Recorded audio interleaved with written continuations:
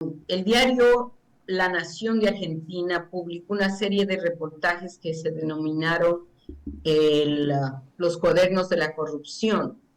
A la redacción, al periodista Diego Cabot le llegó una caja con unos cuadernos en, que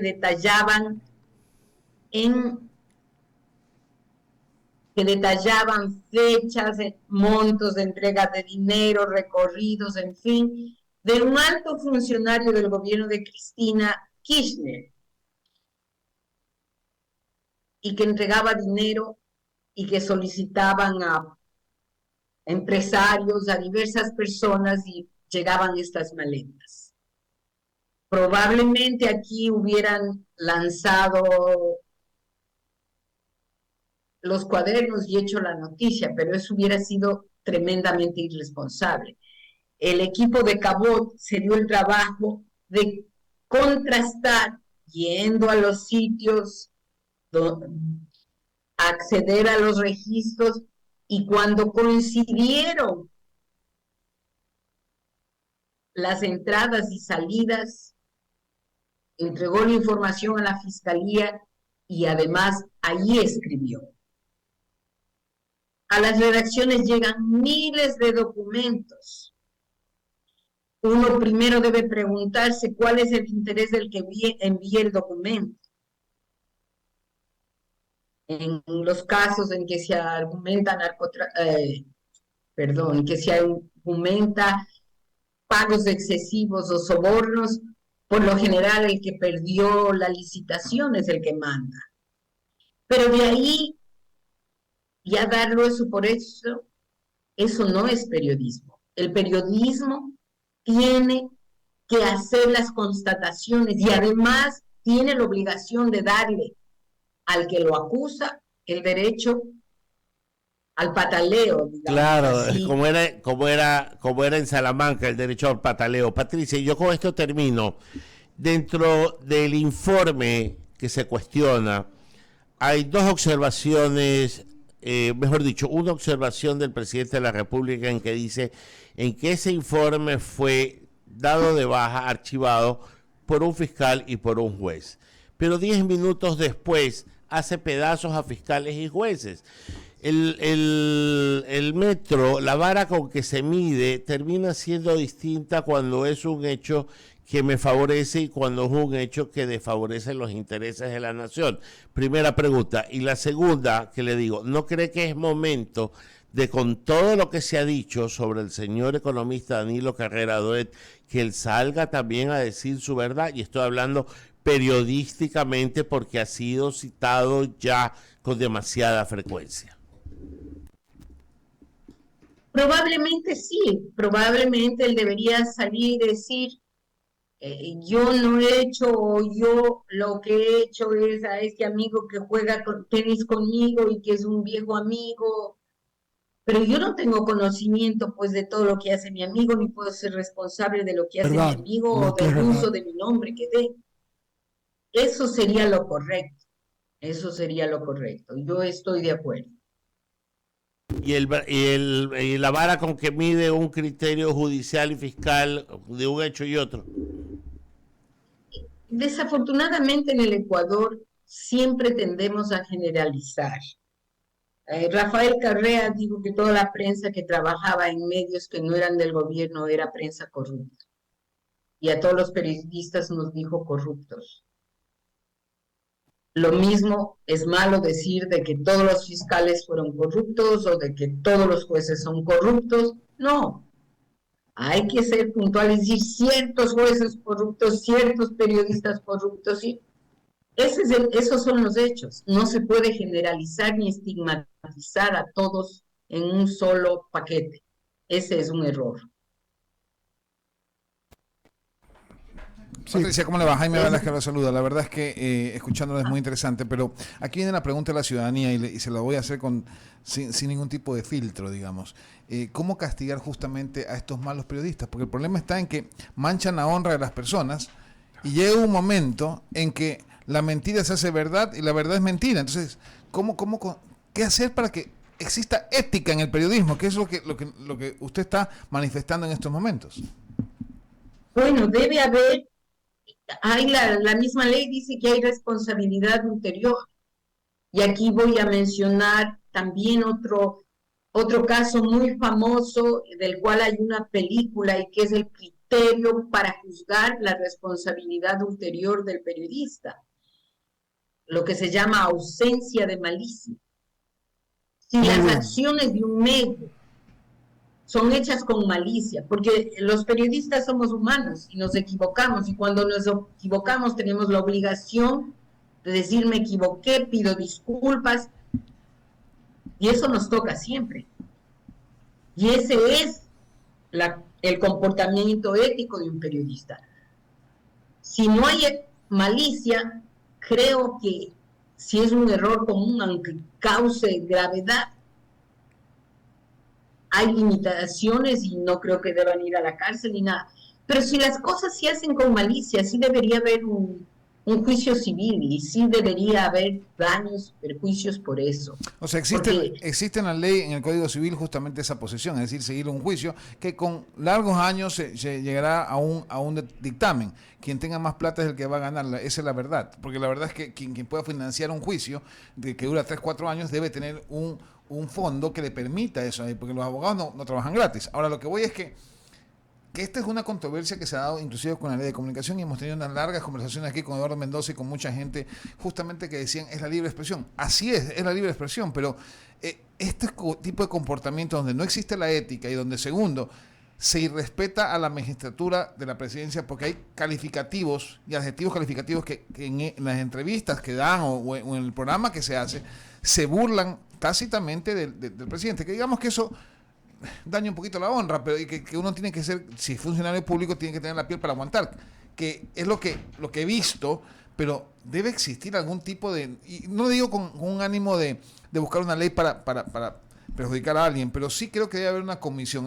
Existe una organización de libre prensa que debería de alguna manera manifestar el tema y decir no estamos de acuerdo. La unión de todos los periódicos a nivel de Latinoamérica, no me acuerdo el nombre, pero la CIP, correcto, debe pronunciarse con este tipo de cosas, porque no está bien. O sea, más allá de que el presidente tenga o no tenga la razón, más allá de todo lo que está sucediendo en el Ecuador a nivel político, creo que la ética debe ser algo, es un principio que no se debe violar, y eso es lo que no se está respetando en estos momentos.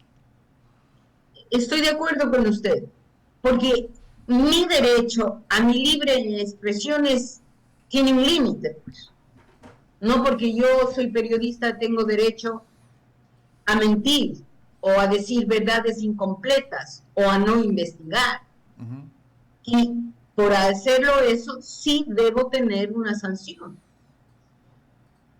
Entonces, el problema, como usted es una gran periodista y sé que el Vistazo es parte de la CIP, sé que efectivamente tienen las conexiones, yo sí como comunicador social les digo, o sea, habría que alguien sugerir, cuando hay este tipo de comportamiento en cualquier país, ojo, no importa si es Argentina, Ecuador, Estados Unidos o lo que sea, la CIP debe pronunciarse cuando hay una falta a la ética, cuando no se contrasta la información o cuando efectivamente hay una manera de dañar a las personas, que creo que ahí es donde la CIP como organización que pone cierto equilibrio debería pronunciarse, más allá de todos los temas civiles o juzgados. Creo que hacia allá va, que es un juicio, digamos, ético desde un organismo que busca siempre que la libertad de expresión sea pues justamente un derecho inviolable, pero no un libertinaje en la expresión, que eso es lo que en un momento dado lo decía el presidente de la República en su mensaje, pero me refiero a que hay que, de alguna manera, debe pararse esto, porque no está bien, más allá que sea la posta o no. Creo que hay un sinnúmero de medios de comunicación que hay que, no tiene que existir una ley para buscar la ética, debe existir un juicio moral del tema, y ahí es donde se debería hacer algo, mi querida Patricia, no sé si usted está de acuerdo. Yo creo que en este caso de la posta, los periodistas que hemos hecho investigación y todo esto, hemos salido a decir lo que están haciendo no está bien. Eso lo hemos hecho. Pero el problema cuando se crean estos tribunales y llega una persona autoritaria al poder es que podemos irnos al otro extremo. la ley de comunicación que impuso Rafael Correa era una verdadera mordaza, y a veces con todas las investigaciones y con todas las evidencias y cumpliendo todos los requisitos periodísticos, igual nos imponían una rectificación, nos obligaban a darles X espacio para darla. Y entonces, el problema es que eso solo hizo esa ley con los medios tradicionales, pero a toda esta cantidad de medios que han salido a través de las redes sociales o de periodismo ciudadano, no hay ningún filtro. Y ese es el verdadero problema. Pero estos excesos posiblemente llevarán a que también se reglamente y se regulen las redes sociales, porque no solo es un medio el que hace estas barbaridades, sino que tenemos fábricas de trolls que ya no discuten con argumentos, sino que discuten con ataques personales, físicos y calificativos impropios, por opiniones, por decir esto me parece. Correcto. Y uno... Correcto, es verdad lo que usted señala. Le voy a dar paso a Enrique San Martín, que tiene unas preguntas para usted. Adelante, Enrique. Gracias, Jaime. Patricia, en estos momentos en Estados Unidos hay un caso muy interesante y tiene relación con Twitter. Hay una senadora republicana que lleva al estrado, si se quiere, a estos jóvenes que en su momento y cuando estaba la COVID-19 en apogeo, ellos se encargaban de desmitificar lo que doctores de Harvard, doctores de Stanford y de prestigiosas universidades a nivel mundial señalaban sobre el COVID, pero ellos distorsionaban esta realidad. Y finalmente la senadora republicana al final les pregunta, gracias, porque le dicen a ella, le decían a una de estas chicas que pertenecen a este grupo de Twitter, le decían, ¿y ustedes tienen expertise en medicina? ¿Ustedes tienen algún conocimiento en medicina? Finalmente ella dijo no. La senadora republicana termina señalando y les dice, gracias porque ahora entendemos que el señor Elon Musk pertenece o es filial al FBI. En resumidas cuentas, es peligroso el tema de las redes sociales. Yo no digo que también haya que regular, es imposible. Pero sí hay que ser más responsable, como hemos venido señalando, en cuanto a manejar la información. No es porque a mí me llega un audio, me llega un video, yo inmediatamente publico, porque hoy en día es tan fácil eso, sino que tengo que investigar. Y una vez que reúna todos los elementos, ahí sí poner a consideración de la fe pública, de la ciudadanía como tal. Esa es mi reflexión. ¿Qué es lo que piensa al respecto Patricia Burbano? Y yo creo que en realidad estamos en una época muy dura porque la difusión de la comunicación ha salido de las manos del periodismo, digamos así, clásico, que de todos modos imponía una curaduría a los contenidos que llegan a una mesa de redacción, que aplicaba conceptos desarrollados a través de más de un siglo para decir cómo presento esta noticia, o si no la presento porque no tiene sustento. Pero nada de eso existe hoy en las redes sociales y por eso tenemos esta cantidad de desinformación y de gente que ha accedido a través de una cuenta para decir lo que cree, sepa o no sepa, y que atenta contra la vida, contra la salud, contra la honra, y que será causante de muchos males a futuro. Y no sé la respuesta, porque una mentira se difunde fácilmente, pero créame que desmentir esa mentira es muy difícil. Y por eso el mundo está tan confundido y tan agresivo, porque estas redes se han vuelto el vehículo para que las gentes escudados en un anonimato digan lo que les da la gana. Totalmente de acuerdo, Patricia. Eduardo. Frustraciones interiores. Sí. Patricia, gusto de saludarla. Buenos días. Es Eduardo Mendoza Paladines. Hola. Siempre es un gusto verla y saludarla. ¿cuántas veces hemos hablado esto de tema periodístico, ¿no? Y yo coincido 100%, combatimos el asunto, lo enfrentamos aquí, nosotros como periodistas, luego yo en el gremio, tanto en el Círculo de Periodistas del Guayas como en AER, enfrentamos esto. Y yo creo que se es libre o no se es libre, y lo que dice usted, la responsabilidad ulterior, esa es la propia. Pero lo que siento y percibo, mientras tanto, para no seguir hablando de periodismo, sino con la analista política, con la mujer que ha trascendido. El otro día veía en un chat que usted había sido una de las que había estado en el cajón del sastre, que era uno de los que lo escribía. Sí, Jaime Mantilla me lo comentaba y lo recordamos con mucho cariño. O sea, una mujer que ha trascendido en el periodismo. Es que veo que lo que sucede, esa agresividad de la que usted habla, que no solamente es política, que ha llevado incluso a criaturas o a gente a suicidarse porque les hacen bullying cibernético o porque los molestan, que es una cosa de espanto y de terror. Y que una ley solamente discrimine porque a los medios reales nos parte, nos controla, nos domina y a los otros no, porque es discrimen. El problema es que hoy tiene el gobierno, hasta que salió el ministro Cucalón, lo tiene complicado, pues, con miedo de que llegue un carnavalazo. Mire toda la secuencia, Patricia, de lo que puede hacer. Claro, una información incompleta que tiene unos hechos que son indicios y que se toma como la ultra verdad, ha tenido eficacia política y ha ido, no sé si con propósito, no lo puedo yo, no me consta, no puedo afirmar con o sin propósito, pero ha causado un caos político y ha afectado la institucionalidad democrática.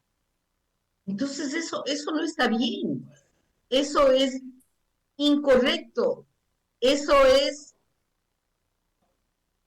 no puede ser responsabilidad de quienes hemos hecho periodismo durante varios años. Y tenemos que decir, así no se hace periodismo, un periodismo incompleto, eso es, alguien nos decía, es un periodismo populista, muy efectivo y eficaz políticamente, pero que le hace mucho daño al periodismo. Y eventualmente les hará daño también a los que lo practican. Y también, porque hoy parece un triunfo, pero más tarde hay karma. Y yo coincido, ¿no? Yo no critico a ningún medio, jamás. Miren que no hemos hablado del tema, porque entiendo igual que usted la profesión, y siendo aparte abogado, periodista profesional como soy, y teniendo tantos años en el trabajo periodístico, no me gusta hablar del tema, pero yo sí veo los efectos, porque el problema con esto es que hoy hay inestabilidad política, pero mañana puede haber, puede, lo que decía yo antes, puede haber muertes, puede haber, sencillamente no hablo de este caso en general. En todo caso, Patricia, el gobierno comienza a dar signos de vida, pone a un ministro, que lo conocemos, era panelista de aquí hasta hace 2 semanas, 10 días, trabajaba con nosotros todos los días, un hombre talentoso como Henry Cucalón, comienza a dar la cara, comienza a frentear, hace vocería, cosa que no hay hace mucho tiempo, el gobierno no tenía vocería adecuada, y las cosas comienzan por lo menos a sentir que no es todo lo que parecía el cuento que nos habían contado, lo que él llama la narrativa. Yo le cuento en palabras más sencillas que nos enseñaron nuestros maestros en periodismo, que hay que hacerle entender las letras a un niño de primer grado hasta un anciano de 100. Es decir, cuento, no, más allá de narrativa, este cuento comienza a respirar, pero el problema es que nosotros entrevistamos asambleístas hace un rato que siguen con la misma historia. No, que el juicio político, no, es increíble cómo todo juega en contra de la democracia. Olvídese, la circunstancia del gobierno es una circunstancia, es la democracia y la institucionalidad, Patricia. Así es, pero el problema principal es que desde un comienzo hay un bloque de asambleístas que tienen solo una intención, y esa intención es el regreso del expresidente Rafael Correa, y hacer lo que pasó en Brasil y decir, es el lawfare el que condena al Rafael Correa, y decir, es un invento todo lo que ocurrió en su contra. Y ese es su objetivo, y trabajarán para ese objetivo. A esto se une el narcotráfico, que es el verdadero cáncer social, y que es tan ridículo decir, desde mi perspectiva, que el narcotráfico financió la campaña de Lazo, cuando si alguien ha combatido al narcotráfico es Lazo, y está pagando las consecuencias de ese combate. Entonces, por favor, tengamos en claro que eso no puede ser. Y otro aspecto interesante, hay posiciones entre asambleístas de Pachacuti y Izquierda Democrática que este rato ya se ve en competencia en las próximas elecciones, que dicen, no hay que ir, no hay que dar los votos, en fin, porque eso va a favorecer a unos, y ahora es Pachacuti y los demás tienen sus propios intereses. Entonces, Ecuador debe, por salud mental, no convertirse en el Perú. Que eso lo superamos. Con 10 años de Rafael Correa, que fueron lo contrario, que fue una consolidación de autoritarismo. Pero el país necesita estabilidad y no podemos cambiar presidentes porque vuela la mosca y porque el señor es banquero, y inventar toda esta serie de cosas. El país puede convertirse en un narcoestado si nosotros, como sociedad, permitimos esta ebullición, una ebullición que ha sido Patricia, característica de la oposición, que todo lo que quiere es pensar en ser oposición, no razonablemente, sino oposición para poder ganar las próximas elecciones. solamente decirle que se lo dije hace un momento al asambleísta Mario Chávez, dijimos que avance la investigación, que la justicia haga su parte, mientras tanto no estén jugando a cambiar o no cambiar el presidente, cualquier cosa que la justicia lo haga. La asamblea no tiene por qué jugar un partido que no es de ellos si no hay indagación, si la indagación no termina, y usted sabe que son 90, pueden ser hasta 120 días, entonces dejemos mientras tanto, no paremos a un país, porque el país está totalmente parado y destrozado. Javier Segarra tiene alguna pregunta más con Patricia Estupiñán de Burbano. Mi querido Javier, buenos días, gusto de saludarte. Hola Eduardo, ¿cómo le va? Buenos días a todos. Estimada Patricia, buenos días, ¿cómo le va? Un gusto tenerla en el panel aquí por la plataforma. Aquí la pregunta clave es, un documento que ha sido archivado por las autoridades, tanto de la Fiscalía como de la Justicia, no puede ser o no puede servir para acusar a alguien digitalmente, y si la justicia en su momento lo archivó porque no habían los méritos, entonces ¿por qué le damos largas a un asunto que no tiene nada que ver en ese sentido? Y de eso estamos haciendo una bola de nieve para ver qué es lo que sacamos desde el punto de vista político quienes tienen el interés. Claro, o sea, sería interesante saber por qué archivaron. Ese era el desafío, y si hubieran tenido la prueba, ¿por qué lo archivaron? Y luego de esa investigación, ¿cómo llegamos a las conexiones? ¿Por qué no accedieron a Cherres? Si Cherres estuvo todo el tiempo. O sea, es hacer escándalo por hacer escándalo. Es lo que me pregunto, ¿quién está detrás de eso? ¿A quién le conviene el escándalo? Y eso es terrible, que los periodistas terminemos siendo usados, por decir que puede ser este el caso. No me consta, pero hay un indicio. Hay un indicio. Y uno como periodista siempre debe cuestionar los motivos que animan a quien está en contra y envía una denuncia de este tipo. Pero uno tiene que evaluar, pues si fue ya archivado, ¿por qué? ¿Y cómo? ¿Por qué? ¿Por qué hacer una noticia de eso? Más allá, trataré de averiguar por qué se archivó, pero ahí termina el caso periodístico. Claro, y solamente la justicia lo puede retomar nuevamente, abrir nuevamente el caso, pero no un medio digital. Así es. Yo estoy de acuerdo. Estimada Patricia, de mi parte, muchas gracias. Y en el panel Muchas gracias a Oiga, ustedes solo por para la concluir, invitación. Patricia, nos saluda nuestro amigo, tengo varias noticias, solamente para comentarle, Eduardo Salgado comenta, felicitaciones a I99 y al diálogo por la calidad de entrevistada a Patricia. Muchas gracias. Vistazo es un gran medio de comunicación. Hace meses Cecilio Moreno me hizo un artículo sobre el abuso de las daciones en pago en la CFN que derivó en una resolución favorable a CFN de la Corte Constitucional. Clientes abusaban con los jueces fueron sancionados, daciones e irregularidades. Ese es uno. El otro, Carlitos dice, muy buena entrevista, muy clara, estamos de acuerdo. Felicitaciones, Eduardo y panel, muy bien a la señora Estupiñán. Saludos a todos. De otro lado, Mario dice, necesitamos seguir poniendo orden en los criterios de la gente. Correcto en tema periodístico y político. Felicidades. Hay muchas más, pero quería leérselos porque usted sabe que mis oyentes después reclaman. Patricia. Ya. Muchísimas Un gracias abrazo. y muchas gracias a todos ustedes por esta invitación y por sus preguntas. Muchas gracias también. Javier, pagamos corte, querido amigo Enrique, Jaime, Partido Ramiro. Gracias, señor. Seguimos en el diálogo, todavía tenemos bastante que conversar. Vamos al corte.